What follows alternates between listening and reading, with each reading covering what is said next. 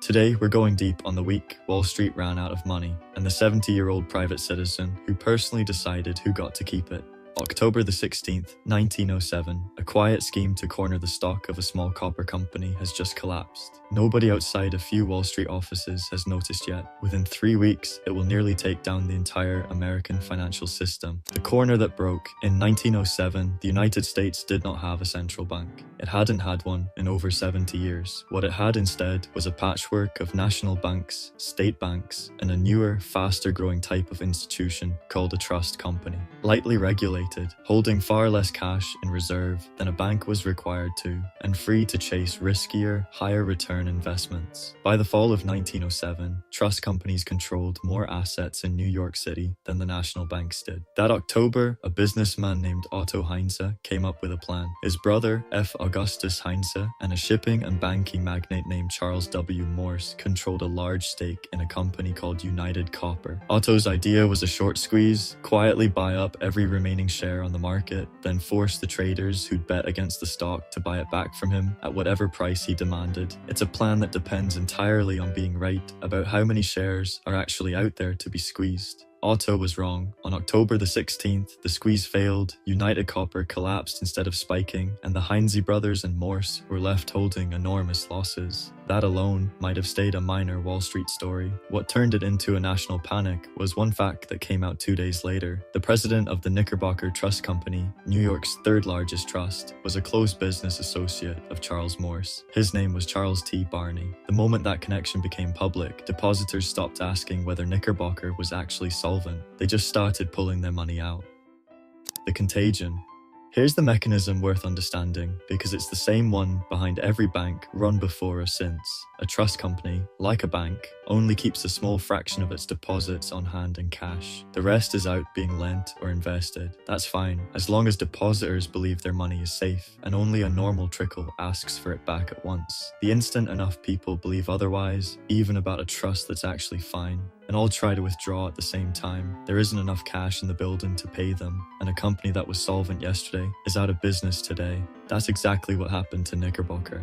On October the 22nd, after New York's National Bank of Commerce refused to keep clearing its checks, Knickerbocker suspended payments entirely. And because nobody could tell from the outside which trust companies were genuinely overextended and which were just caught in the same wave of fear, the panic didn't stop there. It jumped straight to the Trust Company of America, one of the largest, and as it turned out, one of the soundest trusts in the city. This is where J.P. Morgan enters the story properly. Morgan wasn't a government official. He held no formal office. He was 70 years old, and by 1907, the most powerful private banker in America. And with no central bank and no federal deposit insurance to stop the bleeding, he effectively became one. Morgan had his own accountants go through the Trust Company of America's books overnight to check whether it was actually solvent. It was just short on cash, so Morgan decided it was worth saving and started leaning on other bank and trust presidents to put up the money to do it. By Thursday, October the 24th, the panic had reached the New York Stock Exchange itself.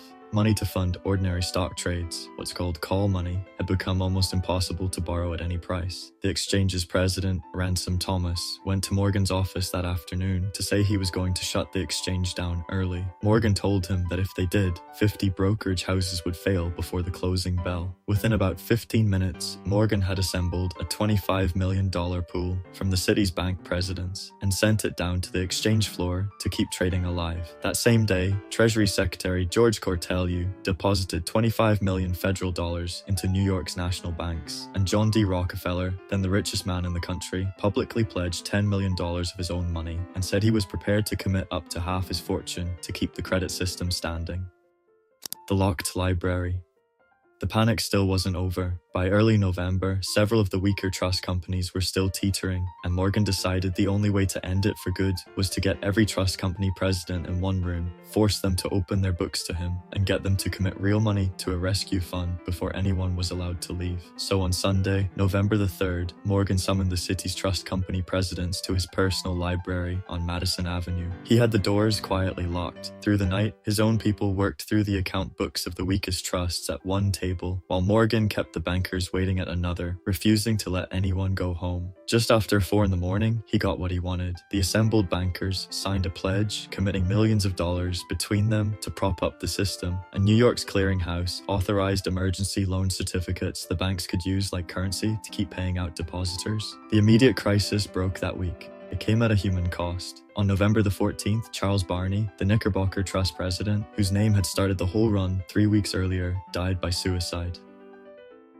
The cost of one man. By the time the panic fully subsided, the stock market had fallen by roughly half from its peak the year before, and the recession it triggered lasted close to a year. But the number that worried Washington most wasn't a dollar figure. It was the fact that the entire American financial system had just been saved by the personal judgment of one 70-year-old private citizen working out of his own house, with no formal authority to do any of it. If Morgan hadn't been willing or hadn't been able, there was no institution in the country designed to do what he did. Congress moved. In May of 1908, it passed the Aldrich-Freeland Act, creating the National Monetary Commission under Senator Nelson Aldrich to study how other countries handled exactly this problem. The commission spent years touring European central banks before putting forward a plan. After revisions and a change in the party controlling Washington, that plan became the Federal Reserve Act, which President Woodrow Wilson signed into law on December the 23rd, 1913, creating the Federal Reserve System, a permanent institutional lender of last resort, so that the next time American banks needed saving, it wouldn't come down to whichever private banker happened to be willing to lock the doors. As for the men who started it, Charles Morse was convicted of misappropriating bank funds and sentenced in November 1908 to 15 years in federal prison. Behind bars, he reportedly drank a mixture of soap and chemicals to fake the symptoms of a fatal illness, convincingly enough that President Taft commuted his sentence in January 1912 on medical grounds. Morse made a full recovery the moment he was released. Taft's own verdict on hearing the news was that Morse was, quote,